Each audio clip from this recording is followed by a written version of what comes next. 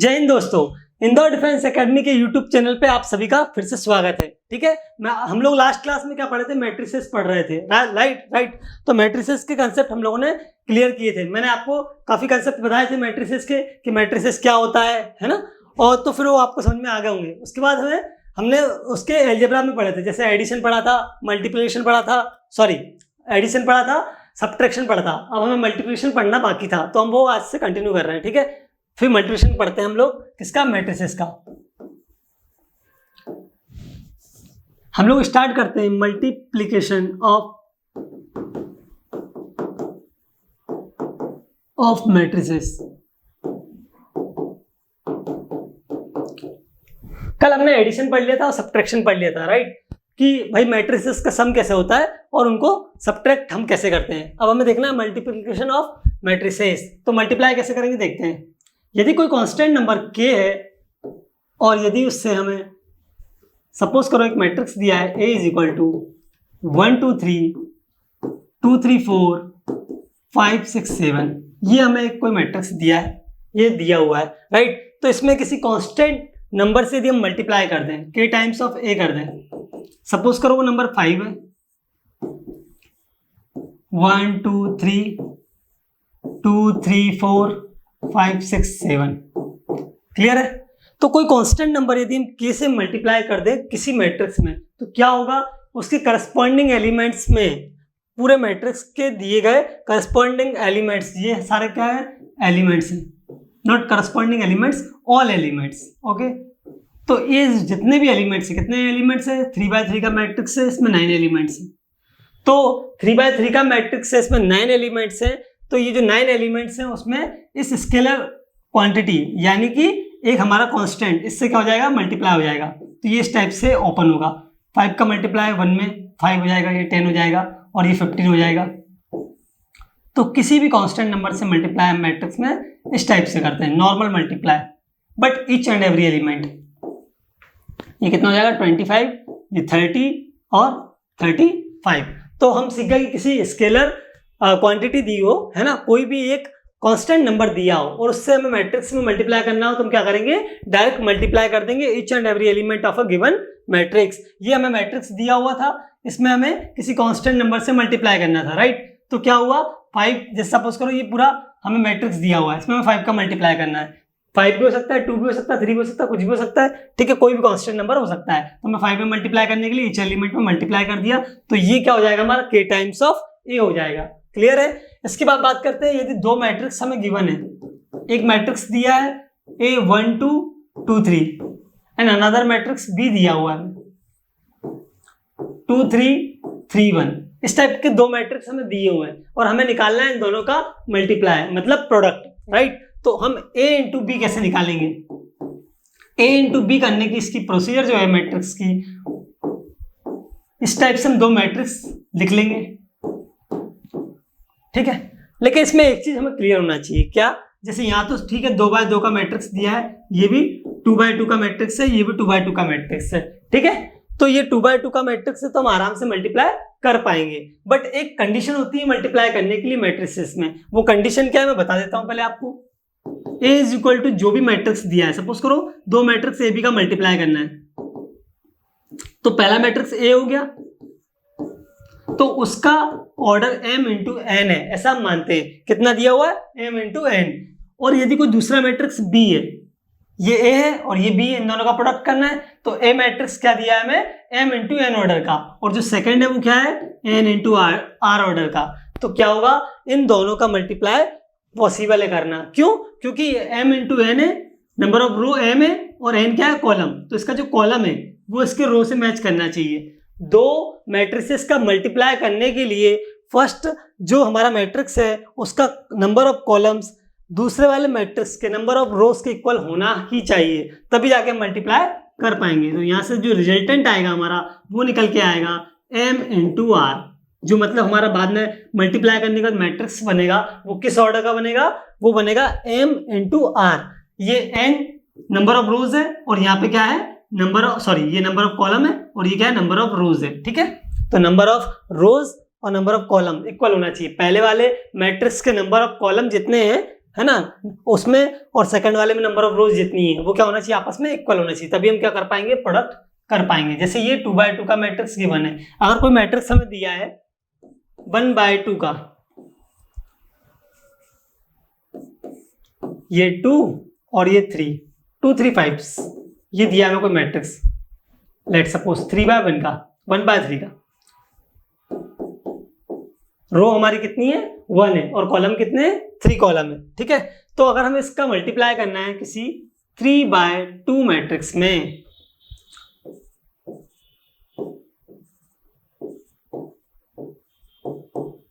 तो क्या हम इसमें इसका मल्टीप्लाई कर पाएंगे, नहीं, इसमें हम इसका मल्टीप्लाई नहीं कर पाएंगे। क्यों नहीं कर पाएंगे, क्योंकि इसके नंबर ऑफ जो कॉलम है वो दूसरे वाले मैट्रिक्स के नंबर ऑफ रोज के इक्वल नहीं है। तो क्या हम मैट्रिक्स कर पाएंगे, इस टाइप से हम मैट्रिक्स नहीं कर पाएंगे। मैट्रिक्स हम तब कर पाते जब ये हमारा क्या होता, 3x2 का मैट्रिक्स होता। चलो 3x2 का मैट्रिक्स बनाते हैं।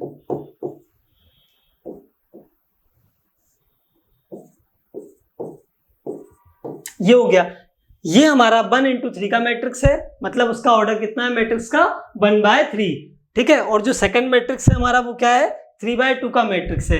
तो इन दोनों का प्रोडक्ट पॉसिबल है। ये तो ठीक है, प्रोडक्ट पॉसिबल कब होगा ये मैंने आपको बता दिया। प्रोडक्ट करते कैसे हैं हम उसे देखते हैं। चलो हम प्रोडक्ट करेंगे कैसे वो देखते हैं। प्रोडक्ट करने की जो प्रोसीजर होती है, ये हमें एक ए मैट्रिक्स दिया है, ये बी मैट्रिक्स दिया है, इसके एलिमेंट 1 2 2 3 है, इसके एलिमेंट 1 0 0 3 है, ऐसा हमने माना, ठीक है। ये दिए हुए हैं, एक ए मैट्रिक्स है एक बी मैट्रिक्स है। अगर ये हमें दो मैट्रिक्स दिए हुए हैं तो क्या है, हम इन दोनों का प्रोडक्ट कैसे कर पाएंगे देखते हैं। इन दोनों के ऑर्डर क्या है, 2/2 का ऑर्डर दिया हुआ है, तो दोनों के ऑर्डर सेम है। यदि दोनों के ऑर्डर सेम है तब तो मल्टीप्लाई करना आसान है, कोई प्रॉब्लम नहीं। करते हैं मल्टीप्लाई हम लोग, 1 2 2 3 1 0 0 3। एक मैट्रिक्स का दूसरे मैट्रिक्स में मल्टीप्लाई कैसे करेंगे देखो। ये जो हमारी रो है, फर्स्ट मैट्रिक्स का जो रो है वो उसका मल्टीप्लाई कैसे करेंगे हम, सेकंड वाले मैट्रिक्स के कॉलम से। तो first row and first column इस टाइप से मल्टीप्लाई करते हैं, तो ये हमारा फर्स्ट एलिमेंट निकल के आएगा, 1 × 1 1 हो जाएगा, और फिर इसमें ऐड करते हैं प्लस 2 × 0, ऐसे पूरा लिख देता हूं मैं, 1 × 1 प्लस 2 × 0। तो इस टाइप से आपका पहला एलिमेंट आ जाएगा। जो हमारा रिजल्टेंट एलिमेंट बन रहा है, प्रोडक्ट जो बन रहा है वो कितने बाय कितने का बनेगा सर, ये तो ठीक है, ये क्या है हमारा m और ये हमारा r, तो कितना हो जाएगा 2/2 का मैट्रिक्स, मतलब 2/2 का ही मैट्रिक्स फॉर्म होगा। किस ऑर्डर का मैट्रिक्स फॉर्म कैसे होगा मैंने ये आपको बता दिया है। अब हम लोग क्या करते हैं, प्रोडक्ट करते हैं, तो 1 का 1 में होगा, फिर 2 का 0 में, तो इस टाइप से हम ऐड कर देंगे। फिर ये जो हमारी फर्स्ट रो है इसका सेकंड कॉलम के साथ भी मल्टीप्लाई करेंगे, तो फर्स्ट रो का सेकंड कॉलम के साथ मल्टीप्लाई करते हैं। 1 का 0 के साथ होगा तो 1 × 0 प्लस 2 × 3, इस टाइप से हमारा आ जाएगा, ठीक है। फिर सेकंड रो का करना है, देयर आर 2 रोज। पहले जो हमारा पहला मैट्रिक्स है उसमें कितने रो हैं, 2 रो हैं, तो फर्स्ट रो का हमने कर दिया दोनों कॉलम के साथ। अब हम सेकंड रो जो है उसका भी क्या करेंगे, दोनों कॉलम के साथ, ठीक है। तो 2 × 1 प्लस 3 × 0, 2 × 0 प्लस 3 × 3, इस टाइप से हम मल्टीप्लाई कर लेंगे, ठीक है। फिर हम इसको ऐड कर देंगे, क्या आएगा यहाँ से हमारा 1 + 2, ये हमारा 3 हो जाएगा, ये 0 हो गया और ये 6 हो गया, तो ये 6 हो जाएगा। ये कितना हो जाएगा 2 और 0, तो 2 ही आ जाएगा, और ये 3 3 × 9, तो 3 6 2 9, ये हमारा फाइनल प्रोडक्ट आया इन दोनों को मल्टीप्लाई करने के बाद। और ये किस ऑर्डर का बनेगा, ये बनेगा 2/2 का ऑर्डर का, राइट। अब अगर इसके अलावा दूसरा मैट्रिक्स होता है, सपोज करो ये दिया है 1 2 3, फर्स्ट रो एंड 3 कॉलम, ठीक है, एंड सेकंड जो हमें दिया है वो दिया है 1 2 3 3 2 1 3 1 6, इस टाइप से हमें वो दूसरा मैट्रिक्स दिया है और हमें इसका मल्टीप्लाई करना है। अब ये कितने बाय कितने का मैट्रिक्स है, 3/3 का। क्या इसमें प्रोडक्ट पॉसिबल है, हाँ, हम मल्टीप्लाई कर सकते हैं। क्यों कर सकते हैं, क्योंकि m × n और n × r ये दोनों क्या है सेम है। इसका जो नंबर ऑफ कॉलम्स है, इसमें कितने नंबर ऑफ कॉलम्स है 3, एंड जो सेकंड वाला हमारा मैट्रिक्स है उसमें भी नंबर ऑफ कॉलम्स कितने 3, तब जाके ये मैट्रिक्स का प्रोडक्ट पॉसिबल है। तो हम मल्टीप्लाई इन दोनों का कर पाएंगे, प्रोडक्ट हम इनका कर पाएंगे। तो वो करते हैं, अब कैसे करेंगे लिख लेते हैं एक बार। ये हो गया, ठीक है, यहां करते हैं। दो मैट्रिक्स जो हमारे गिवन है उनको हम यहां लिख लेते हैं 1 2 3, and second one is 1 2 3, 3 2 1 and 3 1 6। ये हमारा दो मैट्रिक्स है, एक ए है और एक बी है। इन दोनों का हमें क्या करना है मल्टीप्लाई। तो क्या होगा, ये जो हमारा रो है सिंगल रो, ठीक है, पहले मैट्रिक्स का, इसमें एक ही रो है बट कॉलम कितने हैं 3 है। तो इस रो का इसके हम कॉलम से मल्टीप्लाई करेंगे। ऑर्डर क्या है, कितने बाय कितने का आएगा, ये हमारा है 1/3 और ये कितना है 3/3। तो फाइनली क्या बनेगा हमारा 1/3। 1/3 बोलने का मतलब ये हुआ कि हमारे जो रो होंगे वो कितना होगा फाइनल में 1 रो एंड 3 कॉलम। तो 1 रो एंड 3 कॉलम कुछ इस टाइप से जाएगा। ओके, तो फर्स्ट रो का फर्स्ट कॉलम के साथ करते हैं 1 × 1। चलो डायरेक्ट लिखते हैं ना, 1 × 1 क्या हो जाएगा हमारा 1 हो जाएगा, 3 × 2 क्या कितना हो जाएगा 6 हो जाएगा, और 3 3 क्या हो जाएगा 9। तो ये 9 हुआ, ये 6 हुआ, कितना हो गया 15 और 1 16 हो गया। तो ये हमारा 16 आ जाएगा।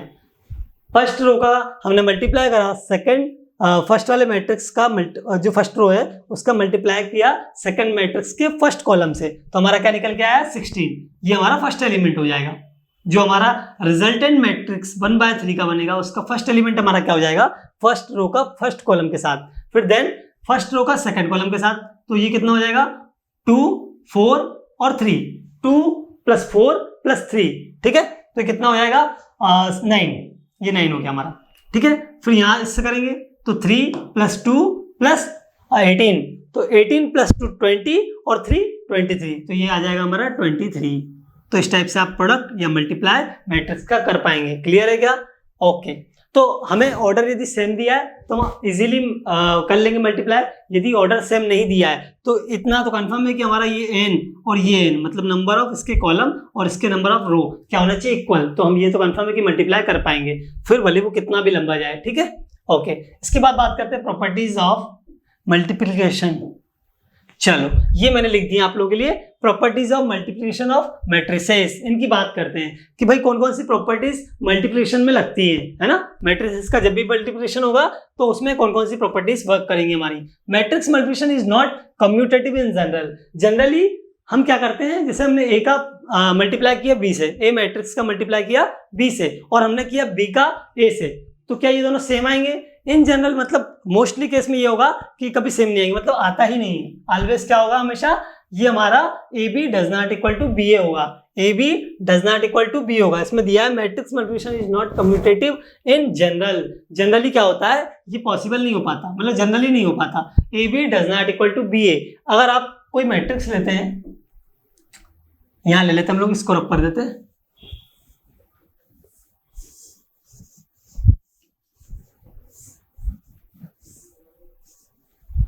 कोई मैट्रिक्स लेते हैं हम 2/2 का, 2 3 2 1, ये हमारा एक मैट्रिक्स है, ठीक है। ये हमारा एक मैट्रिक्स है। बी कितना है 2/3 है।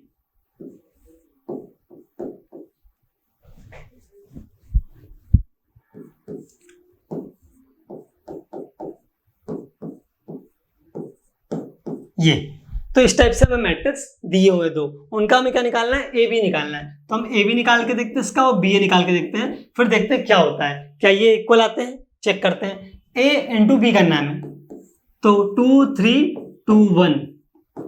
नेक्स्ट मैट्रिक्स क्या है 1 2 3 3 1 2।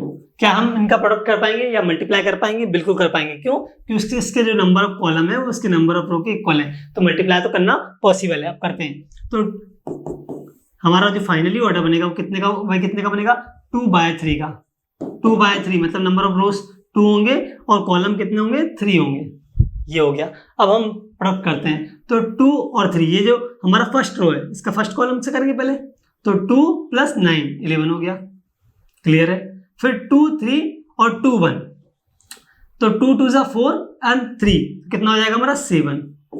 यहाँ से फिर फर्स्ट रो और थर्ड कॉलम के साथ करते हैं, तो थर्ड कॉलम के साथ करेंगे कितना आ जाएगा, थर्ड कॉलम के साथ करेंगे कितना आ जाएगा 6 + 6 मतलब 12।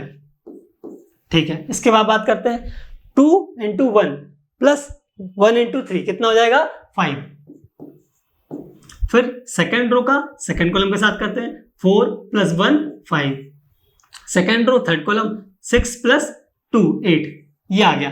ये हमारा क्या आया, a × b निकल के आया। अब बात करते हैं b × a करने की, तो हम लोग b × a करके देख लेते हैं। b × a मतलब ये आगे पीछे हो जाएंगे, तो ये हमारा हो जाएगा 1 2 3 1 2 3 3 1 2। ठीक है, और b क्या है 2 3 2 1। ये कितने बाय कितने का मैट्रिक्स है, किस ऑर्डर का है 2/3 का, और ये कितने का है 2/2 का। क्या पॉसिबल है क्या प्रोडक्ट करना, नहीं, क्यों, क्योंकि ये 3 है और ये कितना है 2 है, तो इसके नंबर ऑफ जो कॉलम है उसके नंबर ऑफ रो के इक्वल नहीं है, तो क्या हम प्रोडक्ट कर पाएंगे, हम प्रोडक्ट नहीं कर पाएंगे, मतलब AB does not equal to BA। और यदि मान लो प्रोडक्ट हो भी जाता तो भी वो दोनों क्या इक्वल आते क्या, तब भी वो दोनों इक्वल नहीं आते। यहाँ पे सपोज करो ये सेम ऑर्डर के होते हैं, हम मल्टीप्लाई कर भी देते तो AB और BA हमारे क्या नहीं आते, इक्वल नहीं आते। ठीक है, इन जनरली ये हमारे इक्वल नहीं आते हैं। तो प्रॉपर्टीज में सबसे पहली प्रॉपर्टी जो हमारी है वो मैट्रिक्स मल्टीप्लिकेशन पे ये है कि कम्यूटेटिव लॉ जनरली पॉसिबल नहीं होता, इसमें जनरली पॉसिबल नहीं लग पाता, मतलब जनरली कम्यूटेटिव लॉ नहीं लग पाता। कैसे कि AB does not equal to BA, AB does not equal to BA कहने का मतलब वही कि A का B में मल्टीप्लाई करो और B का A में मल्टीप्लाई करो, ये दोनों बातें एक ही नहीं हो पाएंगी, है ना, प्रोडक्ट सेम नहीं आएगा। Matrix multiplication is associative if ABC are m/n n × p। देखो यहाँ पे क्या हो रहा है, हम लोग मान रहे हैं कि 3 मैट्रिक्स हमें गिवन है और उनके ऑर्डर दिए हुए, एक मैट्रिक्स A दिया है, एक B दिया है और एक C दिया है। पहले वाला जो A है उसका क्या है ऑर्डर m × n, सेकंड वाले का क्या है n × p, और थर्ड वाले का क्या है p × q। देखो n, फिर n के बाद स्टार्ट हुआ n × p, फिर p × q, मतलब इन तीनों का प्रोडक्ट पॉसिबल है मैट्रिसेस रिस्पेक्टिवली। आपको दिए हुए 3 मैट्रिक्स A B C, उनका ऑर्डर भी आपको क्लियरली दिया है, उनका प्रोडक्ट करना कर सकते हैं हम लोग। ठीक है, फिर AB हमने पहले क्या किया, A और B का मल्टीप्लाई किया, इस वाले मैट्रिक्स और इस वाले मैट्रिक्स का मल्टीप्लाई किया। पहले हमें जो दिए हमने उनका प्रोडक्ट किया, मल्टीप्लाई किया, और फिर जो हमारा आया रिजल्टेंट जो मैट्रिक्स बना, उसके बाद उसका किसके साथ किया, C के साथ मल्टीप्लाई किया, तब जाके जो हमारा मैट्रिक्स बनेगा फाइनली वो क्या इक्वल होगा इन दोनों के मैट्रिक्स के मल्टीप्लाई करने के बाद। यदि हम A से करें तो हाँ, यदि हम 3 मैट्रिक्स के मल्टीप्लाई करने पर यदि वो इस सीक्वेंस में दिए हैं, उनका order m × n, n × p, p × q, तब ये पॉसिबल हो पाएगा कि आप पहले AB का मल्टीप्लाई करें और फिर जो आएगा आपका मैट्रिक्स उसका C से मल्टीप्लाई करें, है ना, और या फिर आप B × C कर लें और फिर लास्ट में उसे A से मल्टीप्लाई करें, तो क्या होगा, ये दोनों आपके इक्वल होते हैं, मतलब एसोसिएटिव लॉ लगता है। क्लियर है। Multiplication of matrices is distributive over addition of matrices. अगर मैं बात करूं डिस्ट्रीब्यूटिव लॉ की, तो ये क्या होता है, देखो ब्रेक कर देते हैं, प्रोडक्ट भी है और समेशन भी है। ये एडिशन है, बिल्कुल हम दोनों का क्या कर रहे हैं, सम कर रहे हैं, 2 मैट्रिसेस का सम कर रहे हैं, साथ ही साथ क्या कर रहे हैं, प्रोडक्ट भी हो रहा है। तो क्या इस टाइप से ब्रेक कर पाएंगे हम, यदि हमारा A मैट्रिक्स है और ये B और C है, तो B और C को हमने ऐड कर दिया और A के साथ मल्टीप्लाई किया, राइट, A का मल्टीप्लाई किया B + C से जो मैट्रिक्स बना उससे मल्टीप्लाई किया, तो क्या ये ब्रेक हो जाएगा A × B + A × C में। बिल्कुल ये जैसे हमारा नॉर्मल ब्रेक होता है अलजेब्रा में, वैसे ये मैट्रिक्स भी ओपन होता है, क्या हो जाएगा A × B + A × C हो जाएगा। क्लियर है। तो आप एग्जाम्पल के थ्रू किसी भी एग्जाम्पल को लेके इसे सॉल्व हम लोग कर सकते हैं। क्लियर है। Whenever AB and BA both exist, अगर मान लो AB और BA दोनों एग्जिस्ट कर रहे हैं, भाई ऐसा पॉसिबल हमेशा तो होता नहीं है। हम लोगों ने देखा AB तो हमारा आ रहा था पिछले केस में, अभी हम लोगों ने समझा कि A × B तो आ रहा था, लेकिन B × A एग्जिस्ट ही नहीं कर रहा था। क्यों एग्जिस्ट नहीं कर रहा था, क्योंकि B × A पॉसिबल ही नहीं था, भाई मल्टीप्लाई तो हो ही नहीं पा रहा था। क्लियर है।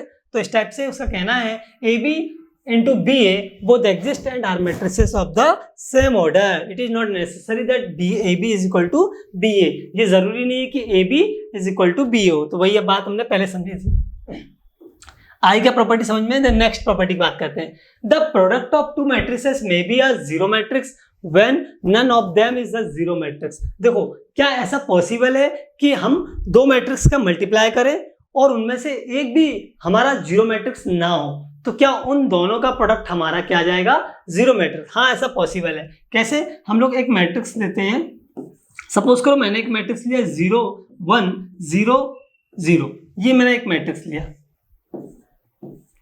देन नेक्स्ट मैट्रिक्स लिया मैंने 1 0 0 1, ठीक है, ये मेरे दो मैट्रिक्स हैं, राइट। इन दो मैट्रिक्स का यदि मैंने मल्टीप्लाई किया और ए बी निकाला तो क्या बन जाएगा, 2/2 का मैट्रिक्स ये है और 2/2 का मैट्रिक्स ये है हमारा, तो हमें फाइनली 2/2 का मैट्रिक्स ही मिलेगा, इसी ऑर्डर का मैट्रिक्स मिलेगा।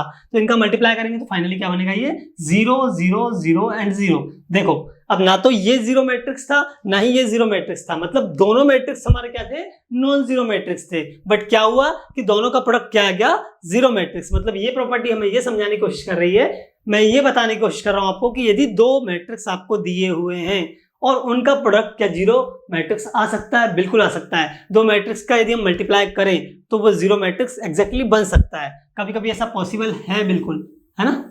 कभी कभी मतलब ये कि जरूरी नहीं कि जीरो हो ही से, जरूरी नहीं कि जीरो हो ही से, जीरो मैट्रिक्स होगा तब तो जीरो होना पॉसिबल है कि भाई होना ही है। ये 0 0 मैट्रिक्स होता तो हमारा आंसर क्या था, जीरो मैट्रिक्स।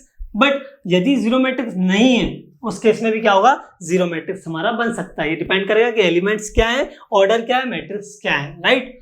देन नेक्स्ट बात करते हैं, A B is equal to B A. अब A B is equal to यदि बी ए हो जाए, यदि ए बी और बी क्या है आपस में इक्वल हैं, तो उस केस में क्या होगा, ये हमारे स्क्वायर मैट्रिक्स होंगे, इतना कंफर्म है। मतलब वो सेम ऑर्डर के होंगे, ऐसा नहीं हो सकता कि ऑर्डर दोनों का डिफरेंट हो। जैसे मल्टीप्लाई तो हम दोनों में कर देते हैं, सेम ऑर्डर हो या डिफरेंट ऑर्डर हो, बस खाली क्या होना चाहिए, m इंटू एन और n इंटू आर इसका दिया है, तो ये नंबर ऑफ कॉलम्स के और इसके नंबर ऑफ रो क्या होना चाहिए, इक्वल होना चाहिए। तो हम आराम से जो वो बनाएंगे मैट्रिक्स, वो हमारा क्या आएगा, मल्टीप्लाई करने के बाद m इंटू आर ऑर्डर का आएगा, राइट। और अगर ये दोनों स्क्वायर मैट्रिक्स होते तो क्या होता, ये n बाय n का होता और ये भी क्या होता, n बाय n का होता, है ना। तो दो स्क्वायर मैट्रिक्स होते और वो आपस में इक्वल होते, मतलब ये 2/2 का है और ये भी कितना है, 2/2 का, तभी हम प्रोडक्ट कर पाएंगे, तभी हम मल्टीप्लाई कर पाएंगे। क्लियर है, ओके। तो यदि A B is equal to B हमारा हो जाए तो क्या होगा, दोनों ही हमारे क्या होंगे, स्क्वायर मैट्रिक्स होंगे। If A is a matrix of order n by n, कोई मैट्रिक्स आपको गिवन है और वो n बाय n का दिया हुआ है, मतलब स्क्वायर मैट्रिक्स है।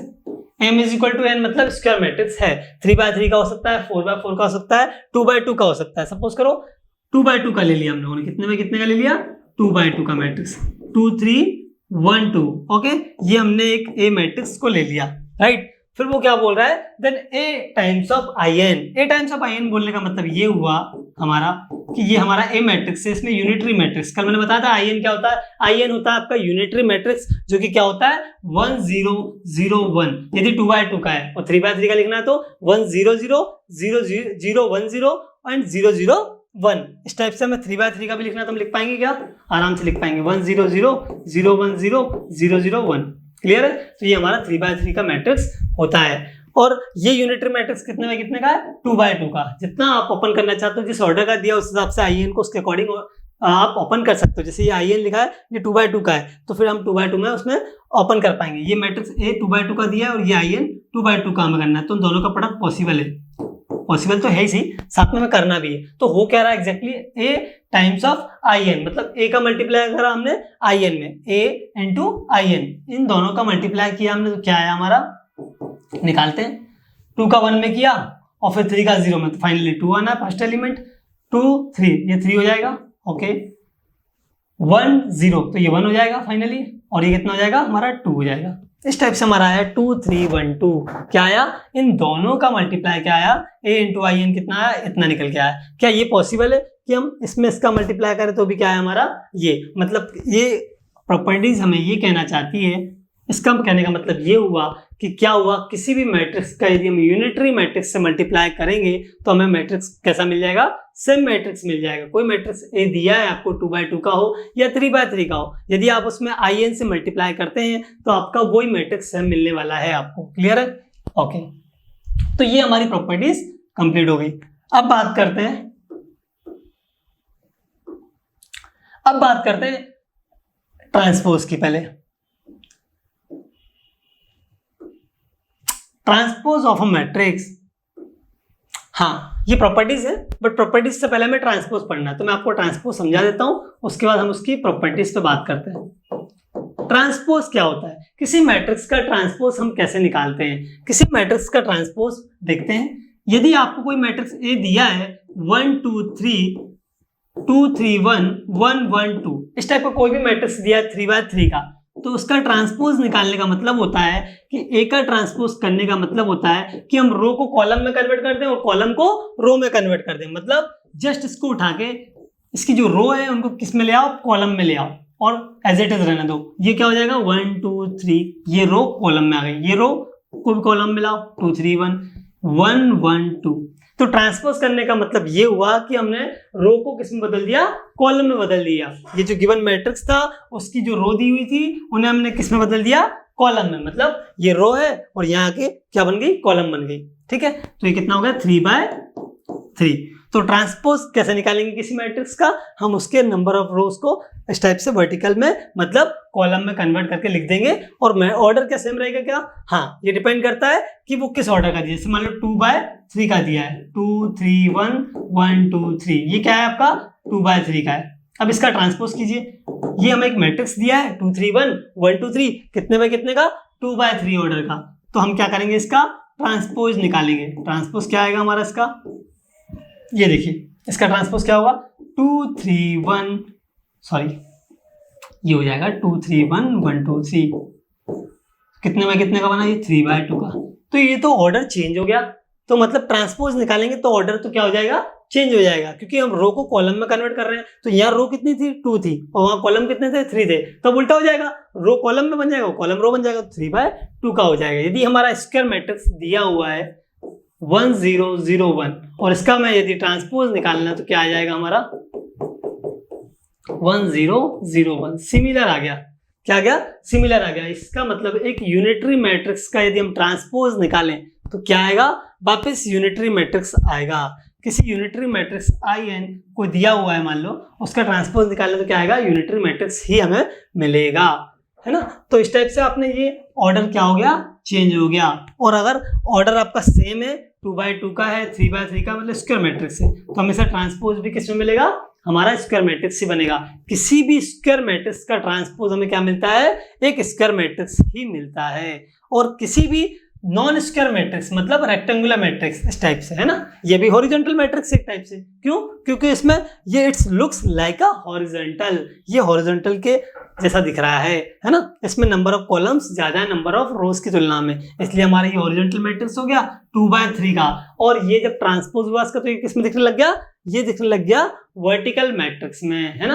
हॉरिजॉन्टल मैट्रिक्स और वर्टिकल मैट्रिक्स कल हम लोगों ने अच्छे से समझा था कि होता क्या है। आज हम लोग देख रहे हैं कि ट्रांसपोज करने पर हमारा जो हॉरिजॉन्टल मैट्रिक्स है वो किस में कन्वर्ट हो गया, वर्टिकल मैट्रिक्स में। क्लियर है, ओके। अब बात करते हैं properties of transpose of a matrix. देखो अगर मैं एक मैट्रिक्स लूं, ये ए हमारा कोई मैट्रिक्स दिया है ना, सपोज करो 2/2 का ही लिया मैंने।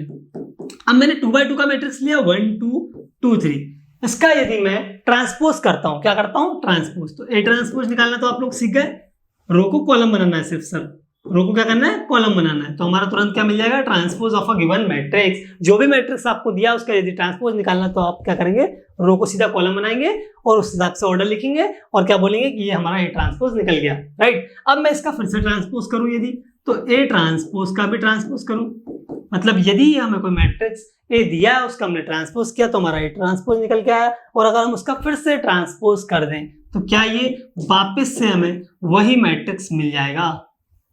देखते हैं, ये मिल गया 1 2 2 3, ये था 1 2 2 3, मतलब ए मैट्रिक्स का ट्रांसपोज निकाला और उसका फिर से ट्रांसपोज करते तो हमारा क्या बन जाता है, वही मैट्रिक्स बन जाता है। क्लियर है, तो पहली प्रॉपर्टी यही है, ए ट्रांसपोज का ट्रांसपोज करेंगे तो क्या हो जाएगा ए, ठीक है। फिर ए प्लस बी का ट्रांसपोज करेंगे तो क्या बनेगा, A transpose plus B transpose. ये भी करके देख लेते हैं। ए यदि आपको दिया है 1 2 0 1, एक छोटा सा एग्जांपल लेते हैं, ये भी 2/2 का है और इससे भी 2/2 का ले लेते हैं हम लोग, है ना। ये ले लेते हैं 0 1 1 2, ओके। इतना छोटा लिया हमने, दो मैट्रिक्स 2/2 के लिए, इनका एडिशन करके देखते हैं हम लोग। इनका एडिशन क्या आएगा, हमारा करस्पॉन्डिंग एलिमेंट्स को ऐड कर देंगे तो ये 1 हो जाएगा, ये 3 हो जाएगा, ये कितना हो जाएगा 1 और ये कितना हो जाएगा 3। ये आ गया मैं a प्लस बी, ये क्या आ गया हमारा a प्लस बी। अब a प्लस बी का ट्रांसपोज भी है, तो a प्लस बी का हम ट्रांसपोज करते हैं, इसका ट्रांसपोज करेंगे तो 1 3 और 1 3, ये आएगा ट्रांसपोज। इसका ट्रांसपोज भी निकाल लिया। फाइनली हमने क्या निकाल लिया, a प्लस बी। चलो इसको रब कर देते हैं, जो चीजें समझ में आ गई उनको हम रब करते हैं, बाकी आगे देखते हैं। चलो देखो ये आपको दिया है। अब बात ये है कि a प्लस बी का ट्रांसपोज लिखना है आपको। क्या लिखना है, a प्लस बी का ट्रांसपोज। एक बार और लिख देते हैं हम। पहले मैंने a प्लस बी निकाला जो कि आया था 1 3 1 3, ये आया था। फिर मैंने a प्लस बी का ट्रांसपोज निकाला, वो कितना आया मेरा, वो आया 1 3 और 1 3। क्लियर है, इस टाइप से हमारा क्या मिला, ट्रांसपोज मिला। a प्लस बी का ट्रांसपोज इज इक्वल टू 1 1 3 3। फिर क्या है, a dash plus b dash, मतलब दो अलग अलग मैट्रिक्स हमें दिए हुए हैं, हमें उनको पहले ऐड करना है और फिर हम ट्रांसपोज निकालें। और दूसरा केस क्या, पहला हमें पहला मैट्रिक्स जो दिया उसका हम ट्रांसपोज निकालें और दूसरा मैट्रिक्स का भी ट्रांसपोज निकालें और उन दोनों को ऐड कर दें। मतलब बात एक ही पड़ेगी, दोनों क्या होंगे, आपस में इक्वल होंगे। अब देखो इसका हम ट्रांसपोज निकालते हैं, a डैश निकालते हैं। ट्रांसपोज को डैश से रिप्रेजेंट करते हैं और एक ही पावर में इस टाइप से t लिख के रिप्रेजेंट करते हैं। तो both are the notification of transpose. a का डैश मतलब a डैश या a transpose, a transpose. Clear है, तो a डैश क्या हो जाएगा हमारा, यहाँ से हम a डैश निकालें तो हो जाएगा हमारा 1 2 0 1। यदि b डैश निकालें तो b डैश हो जाएगा 0 1 1 2। ये हमारा a ट्रांसपोज है और ये हमारा b ट्रांसपोज है, दोनों को ऐड कर दें, a transpose plus b transpose. देखते हैं दोनों को इक्वल आ रहा है कि नहीं। तो देखो a transpose plus b transpose कितना दे देगा हमें, 1 और ये 1 और ये 3 और ये भी 3, मतलब एग्जैक्टली वही आया। a प्लस बी का whole transpose is equal to a dash plus b dash, मतलब a का ट्रांसपोज प्लस b का transpose is equal to a plus b और उसका ट्रांसपोज। यदि हम दो मैट्रिक्स का सम करें और फिर ट्रांसपोज निकालें और चाहे इंडिविजुअल ट्रांसपोज करने के बाद ऐड करें, बात एक ही है। थर्ड प्रॉपर्टी क्या है, किसी कांस्टेंट नंबर से यदि हम मैट्रिक्स को मल्टीप्लाई करें, सपोज करो मैंने लिया, यही देख लेते हैं, ये तो समझ में आ गया, इसको रब करते हैं। ठीक है, इसको हम रब करते हैं। बात है किसी कांस्टेंट नंबर से मल्टीप्लाई करना है किसी मैट्रिक्स को, 1 2 2 3 कोई मैट्रिक्स दिया, उसको कांस्टेंट नंबर से मल्टीप्लाई करना है। तो इस कांस्टेंट नंबर से मल्टीप्लाई करने का मतलब ये हुआ कि अगर ट्रांसपोज के केस में अगर हम पहले मल्टीप्लाई कर दें, इसका मल्टीप्लाई कर देते हैं पहले 5 10 और कितना आया, ये 5 ये 10 ये 10 और ये 15, ये आया। तो पहले हमने मल्टीप्लाई कर दिया है, फिर हम ट्रांसपोज निकाल रहे हैं, कितना आया 5 10 10 15। वो किसके इक्वल होगा, वो आप पहले ट्रांसपोज निकाल दो और फिर कांस्टेंट से मल्टीप्लाई करो, बात क्या पड़ेगी, एक ही पड़ेगी। मतलब k times of a transpose is equal to k a का होल ट्रांसपोज। किसी कांस्टेंट नंबर में किसी मैट्रिक्स में किसी कांस्टेंट नंबर से मल्टीप्लाई करने के बाद जो मैट्रिक्स बनता है उसका ट्रांसपोज करें, या फिर हम क्या करें कि उसी मैट्रिक्स का डायरेक्ट ट्रांसपोज करके इस कांस्टेंट नंबर से मल्टीप्लाई कर दें, दोनों क्या होंगे, आपस में इक्वल होंगे। ठीक है, ए बी का whole dash is equal to B dash A dash, ये भी चेक कर ले, क्या इसे बोलते हैं रिवर्सल लॉ। रिवर्सल लॉ क्यों, ए बी का होल डैश निकालने जा रहे हैं और वो किसके इक्वल आ रहा है, बी डैश ए डैश के। वो ए डैश इंटू बी डैश नहीं आएगा, ए डैश इंटू बी डैश नहीं आएगा, वरना आपको लगे कि A dash into B dash आएगा, वो नहीं आएगा। देखो मैं देखते हैं, अपन इसको भी देखते हैं, हम लोग इसको भी देखते हैं। ए बी का होल डैश लिखा है और हम ये सोचें कि A dash into B dash आ जाए, तो ऐसा बिल्कुल नहीं होगा। क्या आएगा हमारा, B dash into A dash. A B का होल ट्रांसपोज इक्वल टू होता है B dash into A dash, just उल्टा होता है, जो इस सीक्वेंस में लिखे है वो उल्टा हो जाएगा, तो बी डैश ए डैश आ जाएगा। अगर 3 होते तो क्या करते, सर 3 होते तो हम 3 को उल्टा कर देते, सी डैश बी डैश और ए डैश इस सीक्वेंस में ले आते। तो क्या ये वैलिड है, हाँ ये वैलिड है। इस टाइप से लिखा गया, ना कि A dash B dash C dash, क्योंकि प्रोडक्ट में सीक्वेंस मैटर करता है। जब भी आप दो मैट्रिक्स का मल्टीप्लाई कर रहे हो तो उसमें सीक्वेंस मैटर करता है, ऑर्डर सही नहीं होगा तो वो सब गड़बड़ हो जाएगी। ठीक है, चलो इतना कंफर्म है, ट्रांसपोज समझ में आ गया, मैं ट्रांसपोज ऑफ अ मैट्रिक्स की प्रॉपर्टी समझ में आ गई। कोई भी मैट्रिक्स दिया है उस पर कौन कौन सी प्रॉपर्टीज एप्लीकेबल है वो भी हमने देख लिया। अब बात करते हैं हम एडजॉइंट की। किसकी बात कर रहे हैं हम लोग, एडजॉइंट की। मैं बताना चाहूंगा आपको एडजॉइंट क्या होता है। चलो देखते हैं एडजॉइंट क्या होता है। अब हमें सीखना है adjoint of A given matrix. कोई भी मैट्रिक्स हमें दिया है तो उसका एडजॉइंट हम कैसे निकालेंगे। चलो आओ देखते हैं। ए इज इक्वल टू दिया है आपका, कोई भी गिवन मैट्रिक्स है, A B C B C D D F, कोई भी इस टाइप से कोई मैट्रिक्स है, तो उसका हमें क्या निकालना है, ट्रांसपोज। तो उसकी पहले हम प्रोसेस समझते हैं, सॉरी ट्रांसपोज नहीं, एडजॉइंट निकालना है, तो उसकी पहले हम प्रोसेस समझते हैं। प्रोसेस क्या होती है, देखो ट्रांसपोज निकालने के लिए हम सबसे पहले चाहिए पड़ता है M11 मतलब माइनस, पहले निकालने पड़ते हैं माइनस, उसके बाद निकालना पड़ता है कोफैक्टर। अब ये माइनर और कोफैक्टर क्या होता है देखते हैं। माइनर मतलब देखो हमने सब मैट्रिक्स नहीं पढ़ा था कल उसमें हम बताना भूल गए थे, ठीक है। पहले हम सब मैट्रिक्स की बात कर लेते हैं। सब मैट्रिक्स क्या होता है, यदि कोई मैट्रिक्स दिया है, चलो ये मैट्रिक्स दिया है इसको ले लेते हैं। ये मैट्रिक्स है कितने बाय कितने का, 3x3 का मैट्रिक्स है। इसका सब मैट्रिक्स कहने का मतलब ये है कि यदि मैं इस रो को, इसके एक ही बात करूं, एक ही रो को और एक ही कॉलम को छोड़ दूं तो जो बचेगा हमारा वो क्या आएगा आपका सब मैट्रिक्स। किसी मैट्रिक्स के अंदर भी एक छोटा सा मैट्रिक्स बनता है, उसको हम क्या बोलते हैं सब मैट्रिक्स। यदि मैं इस एलिमेंट के रो और कॉलम को छोड़ दूं और बाकी एलिमेंट्स से एक मैट्रिक्स बनाऊं तो उसे भी क्या कहूंगा सब मैट्रिक्स। क्या कहूंगा सब मैट्रिक्स। तो यहाँ पे अगर मुझे एक के रो और एक के कॉलम को छोड़ के मैट्रिक्स बनाना तो वो हमारा हो जाएगा CDEF। यदि इस एलिमेंट के रो और कॉलम को छोड़ना है, ये कॉलम छूट गया ये रो छूट गया तो क्या मिल जाएगा हमें ACBD। तो ये होता है हमारा सब मैट्रिक्स। किसी मैट्रिक्स के अंदर एक और नया मैट्रिक्स हम बना सकते हैं। जैसे 3x3 का मैट्रिक्स है उसे हमें 2x2 का मैट्रिक्स फाइंड आउट करना है उसके अंदर, तो ये हमारा कितने में कितने का मैट्रिक्स है 3x3 का मैट्रिक्स है। इसमें सब मैट्रिक्स कौन हो जाएगा, ये हमारा सब मैट्रिक्स है सर, ये भी हमारा सब मैट्रिक्स है, ये भी हमारा सब मैट्रिक्स है और ये भी हमारा क्या है सब मैट्रिक्स है। ठीक है, तो इस टाइप से आप निकाल पाओगे।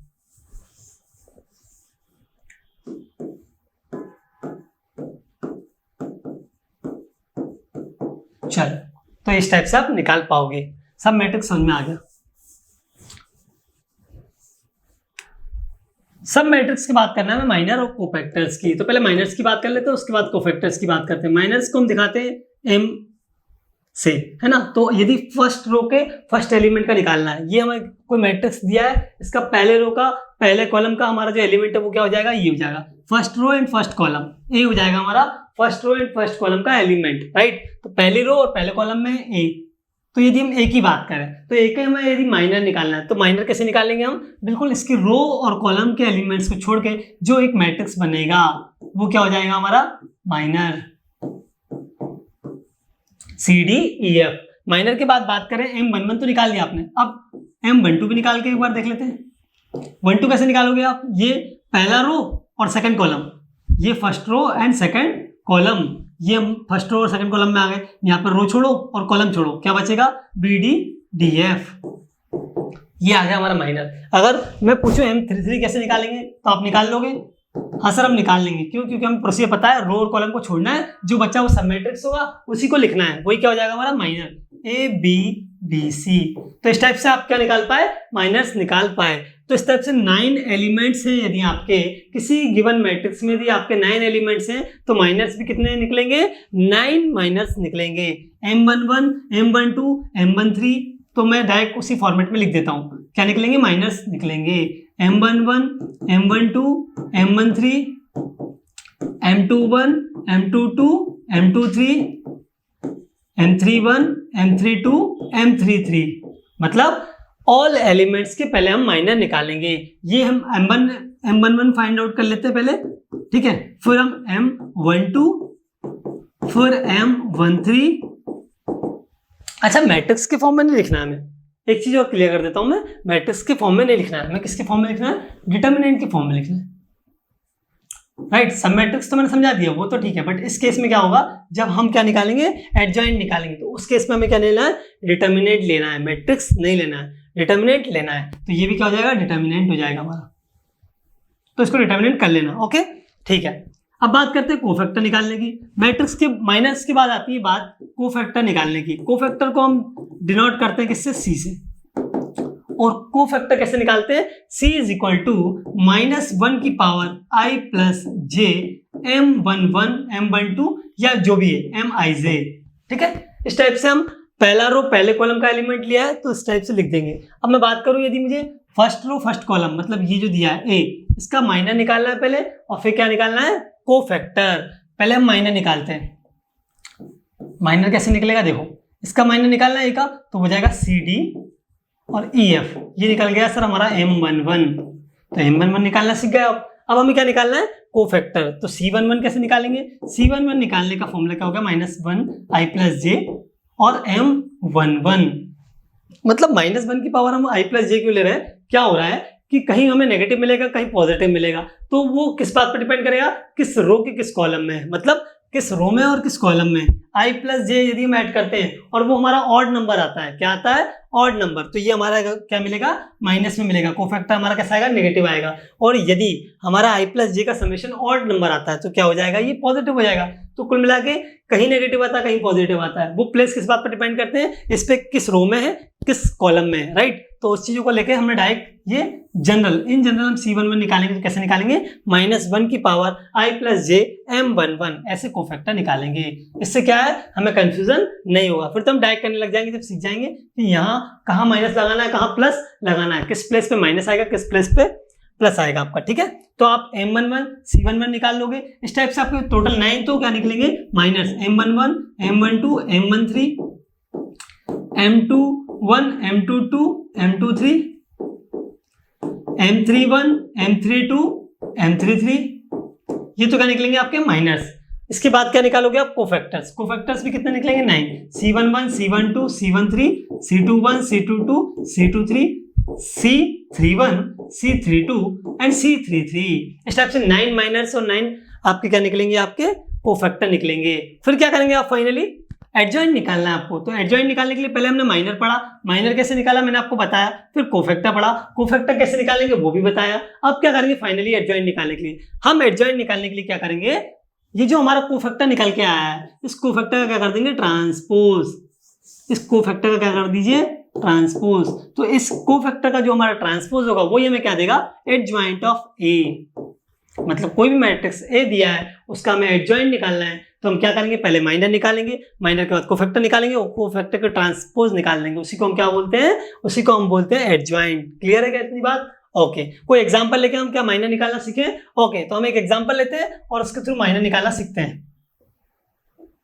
चलो बात करते हैं, एक एग्जांपल लेते हैं उसके हिसाब से माइनर निकालना सीखते हैं। सॉरी, कोफैक्टर और एडजॉइंट, सीधा हम एडजॉइंट निकालना सीखेंगे। Adjoint of a given matrix, find out the adjoint of given matrix. कोई मैट्रिक्स दिया है, क्या मैट्रिक्स दिया है, सपोज करो A इक्वल टू, अब ये नंबर्स में भी हो सकता है, ट्रिग्नोमेट्रिक फंक्शंस भी हो सकते हैं, और क्या हो सकता है, कॉम्प्लेक्स नंबर भी हो सकता है। यहाँ पे कोई उसके लिए रिस्ट्रिक्शन नहीं है, क्या आ सकता है, आपके रियल नंबर्स आ सकते हैं, आपके कॉम्प्लेक्स नंबर आ सकते हैं, आपके ट्रिग्नोमेट्रिक्स रेशियोज भी आ सकते हैं। जैसे साइन थीटा कोस थीटा की बात करूं, यहाँ कोस थीटा हो गया, यहाँ साइन थीटा हो गया, यहाँ साइन थीटा हो गया, यहाँ कोस थीटा हो गया। सपोज करो मुझे इसका क्या निकालना है, एडजॉइंट निकालना है। ये मुझे कोई मैट्रिक्स दिया है ना, और ये यदि नंबर में भी दिया होता तब भी मैं क्या करता, इसका एडजॉइंट निकाल लेता, 1 2 3 1।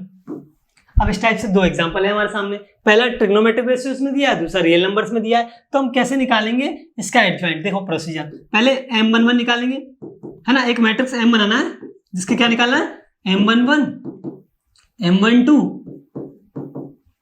M21 और M22, ठीक है, ये फाइंड आउट हमें करना है। तो आप माइनस कैसे निकालेंगे, पहले माइनस की बात कर लेते हैं।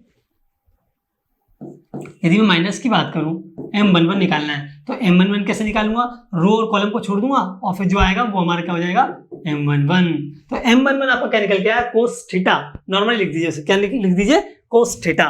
देन बात करते हैं M12 की, M12 क्या हो जाएगा हमारा, M12 मतलब ये पहला रो दूसरा कॉलम, तो इसकी रो और कॉलम को छोड़ दो, जो आएगा वो हमारा क्या हो जाएगा, M12। यदि मैं M21 निकालूं और M22 निकालूं, तो M21 हमारा क्या हो जाएगा, 21 हो जाएगा साइन थीटा सर, और ये कोस थीटा क्या हो जाएगा, कोस थीटा।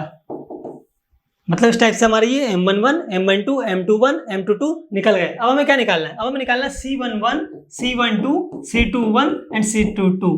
कैसे निकालेंगे सर, डायरेक्ट निकालेंगे, -1 की पावर, कौन से प्लेस पे, 1 + 1, ये आई और जे है हमारे, तो ये i + j करना है, तो 1 + 1, और क्या हो जाएगा M11। M11 कितना दिया हमारा, कोस थीटा, M11 क्या दिया हमारा, कोस थीटा। C12 क्या हो जाएगा, -1 i + j मतलब 1 + 2, और M12 -1 2 + 1 M21 -1 2 + 2 M22। M11 M12 M21 M22 हमने निकाल लिया है, हमें सिर्फ क्या करना है, -1 की पावर 1 + 1। अब ये ऑड नंबर या इवन नंबर, यदि इवन नंबर आता है तो पॉजिटिव हो जाएगा, और यदि ऑड नंबर आता है तो नेगेटिव हो जाएगा। तो देखो -1 का स्क्वायर करेंगे तो क्या आएगा, +1, मतलब M11 ही मिलेगा। और इस केस में क्या मिलेगा -m12, इस केस में क्या मिलेगा -m21, और ये क्या मिलेगा प्लस का m22, मतलब m21 और m12 हमारा क्या है नेगेटिव है, बाकी दो क्या है पॉजिटिव है, तो उनको लिख लेते हैं हम लोग। कोफैक्टर की बात करें तो C11 C12 C11 C12 C21 C22 लिखेंगे ना, तो इनको कैसे लिख लेंगे हम लोग, जो भी है मैट्रिक्स में लिखना है ना। तो फिर क्या हो जाएगा हमारा, ये हो जाएगा हमारा m11 जो भी हमारा दिया है cos थीटा, तो पॉजिटिव आएगा, लिख देते हैं cos थीटा, और वो क्या हो जाएगा हमारा नेगेटिव हो जाएगा, तो माइनस का साइन थीटा, ये भी हमारा क्या हो जाएगा नेगेटिव हो जाएगा, तो माइनस का साइन थीटा, और ये क्या हो जाएगा cos थीटा। तो ये आपका क्या निकल गया, कोफैक्टर निकल गया। अब बात करते हैं इसका ट्रांसपोज करना है, क्यों करना है, क्योंकि हमें एडजॉइंट पूछा गया था क्वेश्चन में क्या पूछा था, एडजॉइंट। और एडजॉइंट हम कैसे निकालेंगे, एडजॉइंट हम निकालेंगे इसका ट्रांसपोज करने के बाद। सर ये हमारा कोफैक्टर आ गया, अब हम इसका क्या करेंगे ट्रांसपोज करने में क्या है, रो को कॉलम में कन्वर्ट कर दो, तो क्या है cos theta minus sine theta, ये रो है कॉलम में आ गया, ये रो है कॉलम में आ जाएगी माइनस का साइन थीटा, और क्या cos थीटा। तो ये आपका क्या निकल गया एडजॉइंट। आपने एडजॉइंट निकाल लिया किसका, किसी दिए गए मैट्रिक्स का आपने एडजॉइंट निकालना आप सीख गए कि हम पहले माइनर निकालेंगे, फिर कोफैक्टर निकालेंगे, फिर क्या निकालेंगे एडजॉइंट। अब लास्ट चीज इसके बाद आती है इनवर्स, तो मैं उसको भी इसी के साथ बता रहा हूँ। इनवर्स कैसे निकालेंगे हम, कोई भी मैट्रिक्स हमें दिया हुआ है तो उसका इनवर्स कैसे निकालेंगे। तो ये बाकी प्रोसीजर सेम रहेगी, बाकी क्या करना है आपको, एडजॉइंट ऑफ ए यदि आपने फाइंड आउट कर लिया उसमें डिवाइड करना है डेट ऑफ ए से। ये डेट ऑफ ए क्या है, डेट ऑफ ए मतलब डिटर्मिनेंट ऑफ ए। कोई भी मैट्रिक्स हमें दिया हुआ है तो उसका हम क्या निकालेंगे, डिटर्मिनेंट। तो किसी मैट्रिक्स का डिटर्मिनेंट कैसे निकालते हैं, पहले बात करते हैं। ये हम पूरा डिटर्मिनेंट पहले उसमें पढ़ेंगे भी, बट पहले मैं थोड़ा सा आपको बता देता हूँ, क्योंकि आपको डिटर्मिनेंट निकालने की जरूरत पड़ेगी। 1 2 3 3 2 1 1 1 2। अब ये हमारा कोई डिटर्मिनेंट हमें निकालना है, कोई मैट्रिक्स गिवन था उसमें उसको हमने क्या बनाया, डिटर्मिनेंट बनाया, क्योंकि हमें डेट की जरूरत लग रही है। इसको पढ़ते हैं डेट ए, डिटर्मिनेंट ऑफ ए, ठीक है। अब इसको एक्सपेंड कैसे करेंगे देखो बता रहा हूँ। ये पहला है, फर्स्ट लिखो, लिख दिया, इसका रो और इसके कॉलम को छोड़ो, फिर इसका सब मैट्रिक्स सब डिटर्मिनेंट लिखो, मतलब ये वाला सब पोर्शन लिखो, इतना रो और कॉलम को छोड़ के जो भी आया वो लिख दो डिटर्मिनेंट के अंदर। फिर माइनस लगाओ, माइनस क्यों लगाया, क्योंकि जे वाला है, जैसे ये आई है और ये जे है और के, तो हमें जे वाले को क्या लेना है, नेगेटिव लेना है, ठीक है। माइनस का 2 और फिर क्या हो जाएगा हमारा 3 1 1 2 प्लस का 3 और क्या जाएगा, रो और कॉलम को छोड़ना है, 3 2 1 1 3 2 1 1, ठीक है। तो ये हमारा डिटर्मिनेंट ऑफ इस टाइप से निकल जाएगा, निकाल ही लेते हैं। 2 2 4 माइनस 1 कितना हो जाएगा 3, माइनस का 2 3 2 6 माइनस 1 कितना हो जाएगा 5। अच्छा, इसका इसमें मल्टीप्लाई करना है, फिर माइनस करना इसका इसमें, ठीक है।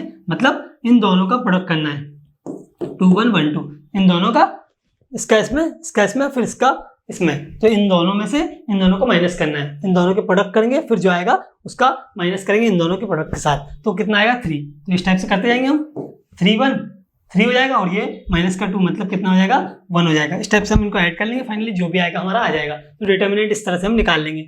तो इस तरह से हम एडजॉइंट निकालना सीख गए, डिटर्मिनेंट निकालना सीख गए, फिर हम इन दोनों का डिवाइड कर देंगे, adjoint of A divide by det of A, तो हमारा क्या आ जाएगा इनवर्स। मतलब किसी भी दिए गए मैट्रिक्स का इनवर्स हमने निकालना सीख लिया, इनवर्स भी सीख लिया, एडजॉइंट भी सीख लिया, माइनर भी सीख लिया, कोफैक्टर भी सीख लिया। वो इंडिविजुअल भी आपसे पूछ सकता है और फाइनली इनवर्स पूछेगा। अगर इनवर्स पूछेगा तो सारी चीजें एप्लीकेबल करवा लेगा आपसे, सारी चीजें आपसे एक साथ पूछ लेगा। तो फटाफट आपको माइनर निकालना, कोफैक्टर निकालना, एडजॉइंट निकालना है ना, और इस टाइप से फिर फाइनली इनवर्स निकालना आना चाहिए, ठीक है। तो हमने इस टाइप से इनवर्स निकालना सीख लिया। अब हम बात करते हैं एडजॉइंट की प्रॉपर्टीज की। तो properties of adjoint of a matrix, किसी मैट्रिक्स के एडजॉइंट की क्या प्रॉपर्टीज होती हैं। यदि मैं बात करूं ए बी या एन रोड स्क्वायर मैट्रिक्स, कोई भी मैट्रिक्स दिया है और वो N number of row and column का, मतलब एन नंबर रो का है, ठीक है, उसकी नंबर ऑफ रोज कितना है एन है आपका।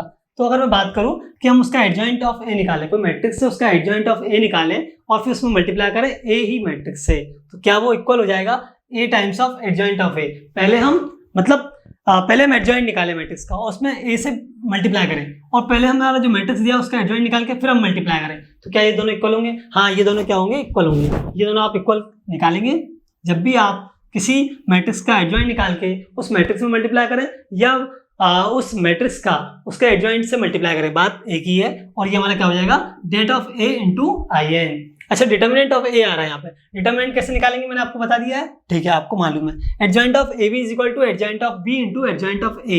ये बिल्कुल कम्यूटेटिव लॉ हम लोगों ने जो देखा था उसके जैसा।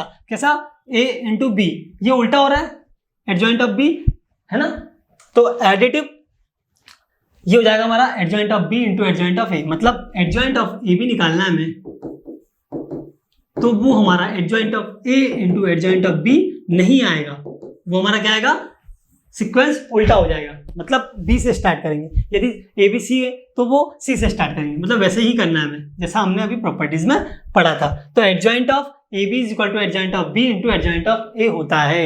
एडजॉइंट ऑफ ए का यदि हम ट्रांसपोज निकालें, कोई मैट्रिक्स दिया है आपको, उसका एडजॉइंट निकाला आपने, तो एडजॉइंट ऑफ ए मिल गया आपको, उसका ट्रांसपोज करेंगे तो क्या हम डायरेक्ट निकाल पाएंगे, सर मैं ए का ट्रांसपोज करना चाहता हूँ, उसका एडजॉइंट करना चाहता हूँ। पहले मैंने ए का ट्रांसपोज निकाला, फिर उसका एडजॉइंट निकाला, और एक बार एडजॉइंट ऑफ ए निकाल के फिर ट्रांसपोज किया। क्या दोनों बात एक ही है? हाँ, दोनों बात एक ही है। क्या होगा, एडजॉइंट ऑफ ए का ट्रांसपोज इज इक्वल टू होगा एडजॉइंट ऑफ ए के ट्रांसपोज के। ए का ट्रांसपोज निकालो, फिर एडजॉइंट लो, और चाहे एडजॉइंट पहले ले लो, ट्रांसपोज बाद में कर लो, दोनों क्या है, बात एक ही है।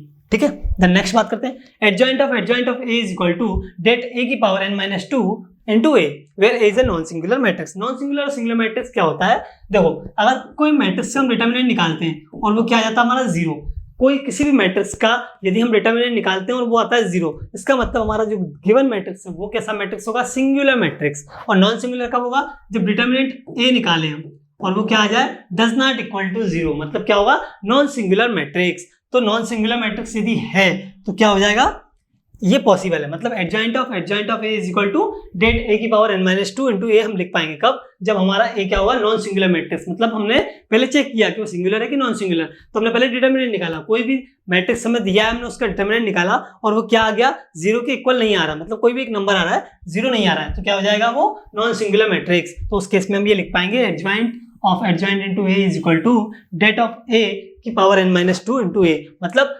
मैट्रिक्स और उसका डिटर्मिनेंट निकालो और उसकी पावर कितना, n माइनस 2। अब यहाँ पे n क्या है, n है order of a given matrix, n by n का ऑर्डर है ना, तो वो है हमारा n। ठीक है, बात करते हैं एडजॉइंट ऑफ ए का डेट निकाले। यदि मैंने पहले एडजॉइंट ऑफ ए निकाला और उसका फिर एडजॉइंट निकाल रहा हूं मैं, और फिर क्या लगा रहा हूँ, डिटर्मिनेंट, तो वो क्या आएगा, डेट ऑफ ए की पावर n माइनस 1 का whole square, where A is a non singular matrix. ठीक है, नॉन सिंगुलर मैट्रिक्स होना चाहिए, बस कंडीशन ये इतनी याद रखना है कि सिंगुलर मैट्रिक्स होना चाहिए कि नॉन सिंगुलर मैट्रिक्स होना चाहिए। तो जब जब नॉन सिंगुलर मैट्रिक्स होगा तब ये केस बन जाएंगे, तो इस टाइप से प्रॉपर्टीज को याद रख पाएंगे, राइट। फिर इसके बाद बात करते हैं adjoint of A diagonal matrix is a diagonal matrix. किसी भी डायगोनल मैट्रिक्स को ले लीजिए, तो कल मैंने आपको बताया था डायगोनल मैट्रिक्स होता क्या है। डायगोनल मैट्रिक्स वो मैट्रिक्स होता है जिसके बाकी सारे एलिमेंट्स डायगोनल को छोड़ के क्या होते हैं, हमारे 0 0 होते हैं। जैसे ये 1 2 3 लिखा हुआ है, डायगोनल पे मिल रहा है हमारे एलिमेंट्स, और बाकी सारे क्या है, 0 0 0। एलिमेंट्स तो सब जगह मिल रहा है बट उनकी वैल्यू 0 0 है ना, सिर्फ डायगोनल को छोड़ के बाकी सबकी वैल्यू क्या है, 0 0। तो ये हमारा एक हिसाब से डायगोनल मैट्रिक्स है। अगर ये हमारा डायगोनल मैट्रिक्स है तो उसका यदि हम एडजॉइंट निकालें, किसी भी डायगोनल मैट्रिक्स का यदि हम एडजॉइंट निकालें, है ना, तो वो क्या आएगा आपका, वो आपका आएगा डायगोनल मैट्रिक्स। मतलब जो फॉर्म होगा फाइनली मैट्रिक्स, वो भी आपको डायगोनल मैट्रिक्स मिलेगा। मतलब बाकी सारे एलिमेंट्स 0 0 और डायगोनल पे एलिमेंट्स मिल जाएंगे आपको। ठीक है, तो ये हो गई आपकी properties of adjoint of A matrix. बात करते हैं इनवर्स की प्रॉपर्टीज की। अभी हमने इनवर्स पढ़ा है, उसकी प्रॉपर्टीज को भी देख लेते हैं हम लोग। ठीक है, properties of invertible matrices. A B का whole inverse is equal to B inverse into A inverse. A B का whole inverse is equal to B inverse into A inverse. A B C का whole inverse is equal to C inverse B inverse A inverse. यहाँ पे क्या हो रहा है, उल्टा नहीं कर सकते हम लोग। ए बी का whole inverse is equal to A inverse into B inverse नहीं कर सकते।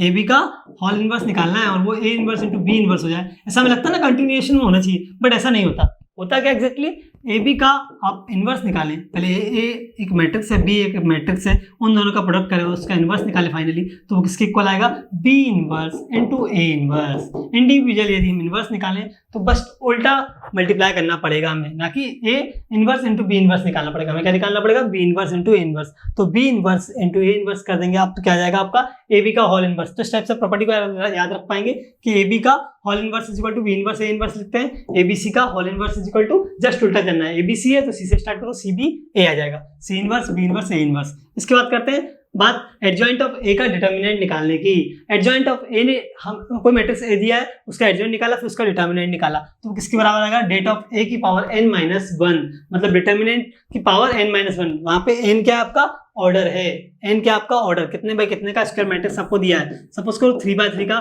मैट्रिक्स दिया हुआ 1 2 3 3 2 1 1 1 1, इस टाइप का कोई भी मैट्रिक्स 3x3 का आपको गिवन है, तो क्या करेंगे हम लोग, उसका पहले एडजॉइंट निकालेंगे और डिटर्मिनेंट निकालेंगे। तो किसके इक्वल आएगा, इसका डेट निकाल लो डायरेक्ट और सीधा क्या करो 3 - 1 मतलब 2, ये इसके इक्वल आएगा। 3 - 1 मतलब 2। हो गया इतना क्लियर? ठीक है, तो इन्वर्टिबल मैट्रिसेस की प्रॉपर्टीज क्या होती है वो हमें क्लियर हो गई। ए बी का whole inverse is equal to B inverse A inverse, A B C का whole inverse is equal to C inverse B inverse A inverse, adjoint of A is equal to det of A की power n minus 1, where n is equal to क्या है हमारा, order of a given matrix, क्योंकि हमारा matrix कैसा है, हमारा matrix है स्क्वायर मैट्रिक्स। स्क्वायर मैट्रिक्स में क्या होता है, n m और n इक्वल होता है, तो n बाय n। ठीक है, इतना क्लियर है। अब बात करते हैं सिंगुलर और नॉन सिंगुलर की। तो मैंने सिंगुलर मैट्रिक्स आपको बता दिया, determinant of A is equal to, जब भी 0 होगा क्या होगा, सिंगुलर मैट्रिक्स होगा। कौन सा मैट्रिक्स होगा, सिंगुलर मैट्रिक्स होगा, सिंगुलर मैट्रिक्स होगा। Det of A is equal to 0। और नॉन सिंगुलर मैट्रिक्स कब होगा,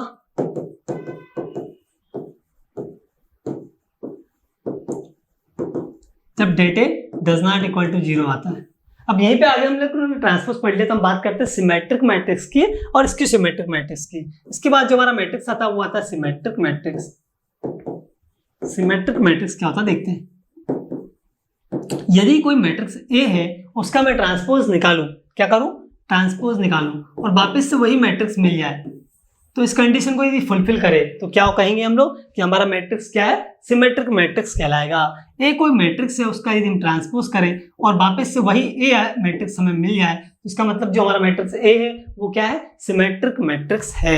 यदि वो स्क्यू सिमेट्रिक मैट्रिक्स है, इसके बाद सेकंड बात करते हैं स्क्यू सिमेट्रिक मैट्रिक्स की। यदि हमारा मैट्रिक्स स्क्यू सिमेट्रिक मैट्रिक्स है, एक होता है सिमेट्रिक मैट्रिक्स और एक क्या होता है स्क्यू सिमेट्रिक मैट्रिक्स। सिमेट्रिक की कंडीशन क्या है, ए का ट्रांसपोज निकालें और वो एक इक्वल आ जाए। सेकंड स्क्यू सिमेट्रिक की कंडीशन क्या है, ए का ट्रांसपोज निकालें और वो माइनस ए आ जाए। यदि किसी मैट्रिक्स का यदि आप ट्रांसपोज करें और वो हमारा वही मैट्रिक्स मिले बट किसके साथ, नेगेटिव साइन के साथ, तो हम क्या बोलेंगे कि हमारा स्क्यू सिमेट्रिक मैट्रिक्स है। ये हमारा ए जो है यहाँ पे वो क्या हो जाएगा, सिमेट्रिक मैट्रिक्स, और ये जो ए है वो क्या हो जाएगा, स्क्यू सिमेट्रिक मैट्रिक्स, है ना। तो सिमेट्रिक मैट्रिक्स और स्क्यू सिमेट्रिक मैट्रिक्स आपको क्लियर है, सिंगुलर मैट्रिक्स और नॉन सिंगुलर मैट्रिक्स भी क्लियर है। ठीक है, तो इतना हम आज के लिए काफी, हम लोग बाकी चीजें नेक्स्ट लेक्चर में कंप्लीट करेंगे। कुछ कंसेप्ट और साथ ही साथ में हमारे क्वेश्चंस बचे हुए हैं, है ना। इनवर्स निकालना, एडजॉइंट निकालना, ये सब मैंने आपको सिखा दिया। माइनर कोफैक्टर कैसे निकालेंगे ये आपको समझ में आ गया होगा। ठीक है, इसके बाद बाकी की बातें हम नेक्स्ट लेक्चर में करेंगे और साथ ही साथ हम मैट्रिक्स के क्वेश्चन कंप्लीट करके इस लेक्चर को कंप्लीट करेंगे। जय हिंद दोस्तों।